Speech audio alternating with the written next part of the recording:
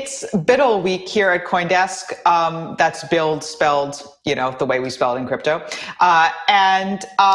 We're looking at the role of venture capital in the wake of FTX. So joining us now is Tribe managing partner Boris Revsin. Welcome, Boris. Thank you for having me. So let's just get right to it. You're coming from a VC perspective. What does VC look like right now? I mean, there was a while last year, it feels like ages ago, where, felt like money was just sort of like falling from the sky. Not so much anymore. What does the VC landscape look like in the wake of FTX and all these other crypto implosions? I think what you're starting to see is a pretty substantial divergence investment in the United States and outside the United States. Crypto has always been a global phenomenon, but I do think that in today's regulatory environment where you find some of the regulators legislating by enforcement, it does force some of our brighter minds into a more global thought process.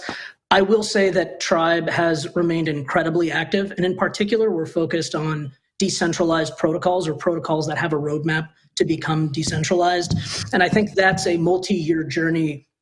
But some of this bullishness I think that you're seeing in the market is a push on retail and institutional to realize that journey instead of flooding more capital, perhaps an overabundance of capital into either centralized groups or just unregulated fintechs. And in that sense, I think the regulators have an important job to do.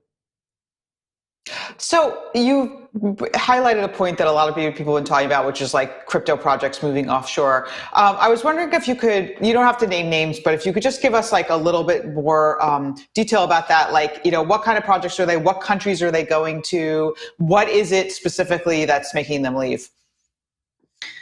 Yeah, I think there's nothing nefarious about the projects themselves or the problems that they're trying to solve. I think that if you're building for a global audience, and that includes large countries, small countries, countries that have developed financial systems and those that don't, you want to be positioned in a place where you can operate freely, but have some level of oversight, both from the regulators where you operate and also the investors that you work with. And so the type of projects that I see is really the ones that we focus on. Base chain solutions like layer 1, scaling solutions like layer 2s. Again, they're not necessarily building anything that would be illegal or named as security in the United States, but I do think that they need to look ahead and establish operations in areas where they know there's a market for them over the next 2, 5, 10 years. I will say, I think that the United States will continue to be a market and will actually grow as a market once the legislature catches up to enforcement action. Yeah, so we're seeing venture capital and other investments into crypto companies, though, plunge 91% year over year in January, according to a CoinDesk analysis. I wonder how much of a chilling effect that is having on investments now and how selective you become with investing. So one thing that I would say, and Tribe Capital recently released this thing called a weather report that sort of looks at investment across sectors in VC, and that has gone down quite a bit. But to answer your question specifically on crypto, I think in environments like this where developers can put their heads down and build, you want to focus on the ones that can actually build instead of just focus on what we'll call business development. And so we do tend to focus more on infrastructure. We tend to focus on novel cryptography, scaling solutions that might not be super sexy today, but might build the highways of the future. And so Tribe has been focused on that for some time, but right now it's actually critically important that you laser in and focus on that. Part of that is the reason that we launched our incubator internally here, leveraging our quantitative approach to help those really academic companies go to market in a way that we think is proper. So, just to kind of look at it from the big picture here, you have the regulatory headwinds, you have these massive blowups in particularly finance or trading related entities like Celsius, like FTX, obviously, and on and on and on. Do you think it's over for that for how many years? How long will it be before VCs go, yeah, okay, maybe I'll put a couple of bucks into this, into something that's market-based versus building the infrastructure? I think it's important to create a distinction between Celsius, Voyager, FTX, and what I would call these centralized companies, and frankly, fintechs that may or may not have needed to be regulated, with blockchain-based companies. As you know, most of the listeners are aware, a lot of these protocols, the transactions are quite transparent.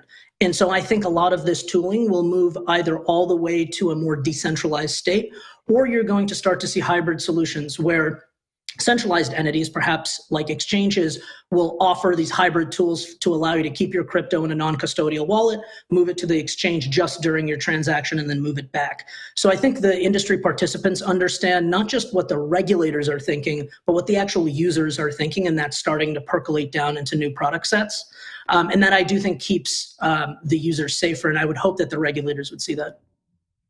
Well, since Tribe's portfolio did include FTX, are centralized exchanges now something to avoid? Are you looking more into DeFi? So I would say this, there are strong established players, including those that remain in our portfolio, that have strong balance sheets, a strong strategy. Some centralized exchanges still have products that are just simply light years ahead of what you can do on chain. As we know, today's solutions on chain are still relatively slow compared to doing something in-house. And so I think it's critically important for those that want to remain centralized or create the hybrid approach I described to have something along the lines of Kraken's proof of reserves, to be transparent, to get audited, to engage with regulators. And I think once the ocean stops boiling just a little bit with our regulators, there will be constructive conversations. I think Caitlin Long was saying this previously on your show. We're quite bullish that we're going to get over this hump, but it's painful right now. And I think everyone sort of has to hunker down and make sure that they can extend their balance sheets to when things look up again. All right. Well, thank you so much. Appreciate your insights, Boris. Don't miss CoinDesk's Buidl Week coverage all week long on CoinDesk.com. That was Tribe Capital Managing Partner Boris Revsin.